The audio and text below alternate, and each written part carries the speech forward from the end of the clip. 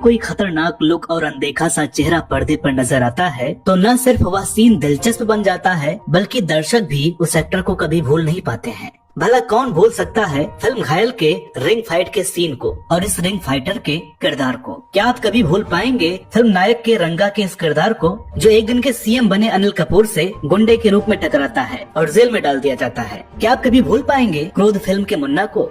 ऐसे ही छोटे छोटे किरदारों से अपनी एक अलग पहचान बनाने वाले इस एक्टर का नाम है पोन्नम्बलम। पोन्नम्बलम ने भले ही कुछ हिंदी फिल्मों में काम किया लेकिन तमिल फिल्म इंडस्ट्री के वे जाने माने एक्टर हैं। तो दर्शकों, आज के इस वीडियो में हम इन्हीं पोन्नम्बलम के बारे में बात करने वाले हैं। साउथ फिल्मों के एक्टर्स साउथ में भले ही कितने कामयाब हों, फिर भी उनकी आंखों में हिंदी फिल्मों में काम करने का एक ख्वाब दबा ही रहता है। ऐसे में उन्हें जब भी हिंदी फिल्मों में काम करने का मौका मिलता है तो वे उसे हाथ से नहीं जाने देते। हालांकि कुछ एक एक्टर ऐसे भी होते हैं जो हिंदी फिल्मों में भी अपनी पहचान बना पाते हैं, भले ही उन्होंने कम हिंदी फिल्में की हों। ऐसे ही एक्टर्स में से एक हैं हिंदी फिल्मों में किस्मत आजमा चुके साउथ के जाने माने एक्टर पोन्नम्बलम, जिनका जन्म 11 नवंबर 1963 को तमिलनाडु की राजधानी चेन्नई में हुआ था, जिसे तब मद्रास कहा जाता था। हालांकि कुछ एक वेबसाइट्स पर उनकी जन्म की तारीख 14 सितंबर भी बताई गई है। परिवार में उनकी 6 बहनें हैं। पोन्नम्बलम ने अपनी प्राथमिक शिक्षा अविची सीनियर सेकेंडरी स्कूल चेन्नई से पूरी की। पोन्नम्बलम का पढ़ाई से कहीं ज्यादा मन खेल कूद में लगता था। वे बचपन से एक अच्छे खिलाड़ी और एथलीट थे। वर्ष 1984 में पोन्नम्बलम नेशनल हाई जंप चैंपियनशिप के विनर भी रह चुके हैं। हालांकि बाद में जब वे थोड़े बड़े हुए तो खेल कूद में करियर बनाने की जगह उन्होंने फिल्मों में जाने का मन बनाया। तब उनके इस फैसले में उनकी बहनों ने उनका साथ दिया।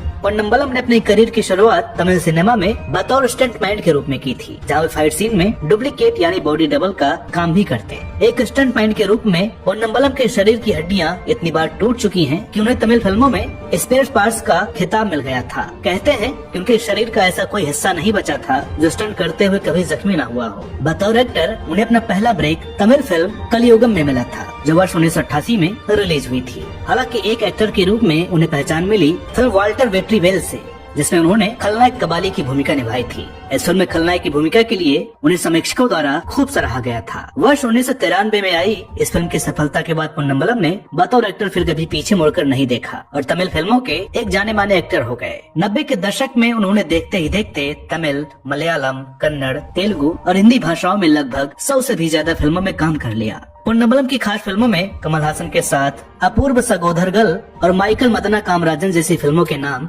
शामिल हैं। इन फिल्मों में उनके प्रदर्शन ने उन्हें बहुत पहचान दिलाई। इसके बाद उन्होंने रजनीकांत की मुथु और अरुणाचलम जैसी फिल्मों में अपनी दमदार उपस्थिति दर्ज कराई। साउथ के मशहूर एक्टर अजीत के साथ अमर कलाम, एक्टर विक्रम के साथ सामी जैसी फिल्मों में अपनी छाप छोड़ने में भी पोन्नम्बलम सफल साबित हुए। पोन्नम्बलम को चिरंजीवी स्टारर जैसे घराना मोगडू और मुगुगुरु मोनांगुलू में खलनायक की भूमिका निभाने के लिए जाना जाता है। पोन्नम्बलम के बेहतरीन परफॉर्मेंस की बात हो तो नट्टमई और इंदु जैसे फिल्मों के नाम भी यादगार हैं। हिंदी फिल्मों की बात करें तो पोन्नम्बलम पहली बार वर्ष 1996 में रिलीज हुई फिल्म घायल में नजर आए थे, जिसमें उन्होंने एक रिंग फाइटर की खास भूमिका निभाई थी, जिसे दर्शकों ने भी खूब पसंद किया था। उसी वर्ष पोन्नम्बलम फिल्म रक्षक में दनियाल के रूप में भी नजर आए थे। इसके बाद पोन्नम्बलम वर्ष 2000 में आई फिल्म क्रोधी में भी दिखाई दिए। इस फिल्म में उनके द्वारा निभाई मुन्ना की भूमिका को भी दर्शकों ने खूब पसंद किया। उसके अगले ही वर्ष रिलीज हुई फिल्म नायक में रंगा नाम के गुंडे की भूमिका में जब पोन्नम्बलम नजर आए तो ऐसा लगा कि अब हिंदी फिल्मों के दरवाजे उनके लिए पूरी तरह से खुल जाएंगे, लेकिन ऐसा ना हो सका,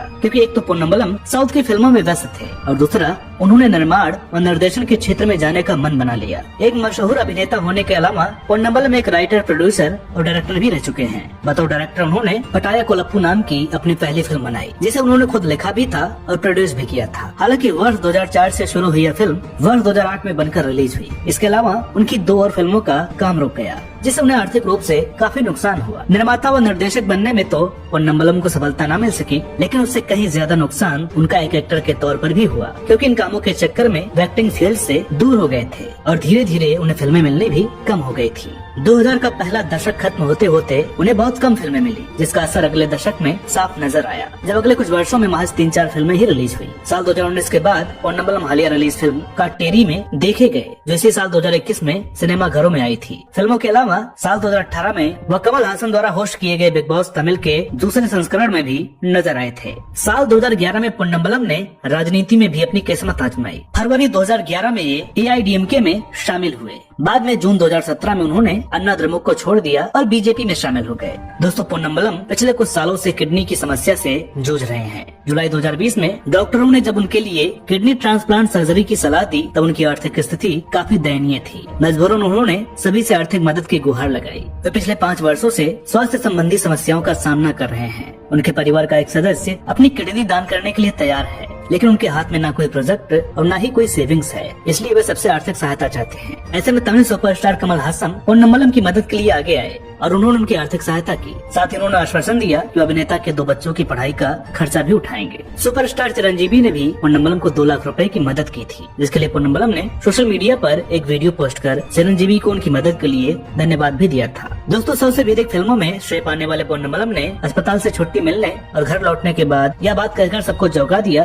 कि उन्होंने अपनी किडनी की बीमारी के लिए पैसे की कमी के कारण कई बार आत्महत्या करने के बारे में भी सोचा था। उन्हें इस बात का भी अफसोस होता था कि अपने बच्चों और पत्नी की देखभाल नहीं कर पा रहे हैं। उन्होंने बताया कि अभिनेता शरद कुमार ने उनके अस्पताल के बिलों का भुगतान कर दिया था और बाद में अन्य अभिनेताओं ने भी उनकी आर्थिक सहायता की। बात करें पोन्नम्बलम के निजी जीवन की, तो पोन्नम्बलम की पत्नी का नाम देवी पोन्नम्बलम है। पोन्नम्बलम की 2 संतानें हैं, एक बेटा और एक बेटी। बेटे का नाम कार्तिक GPK है और बेटी का नाम कृतिका पोन्नम्बलम है। तो दोस्तों, उम्मीद करते हैं कि आज का यह वीडियो आपको पसंद आया होगा। वीडियो अगर अच्छी लगी हो तो प्लीज इसे लाइक करें, शेयर करें और चैनल पर नए हो तो प्लीज इसे सब्सक्राइब जरूर करें। तो मिलते हैं अगले वीडियो में एक और नई कहानी के साथ। तब तक के लिए नमस्कार।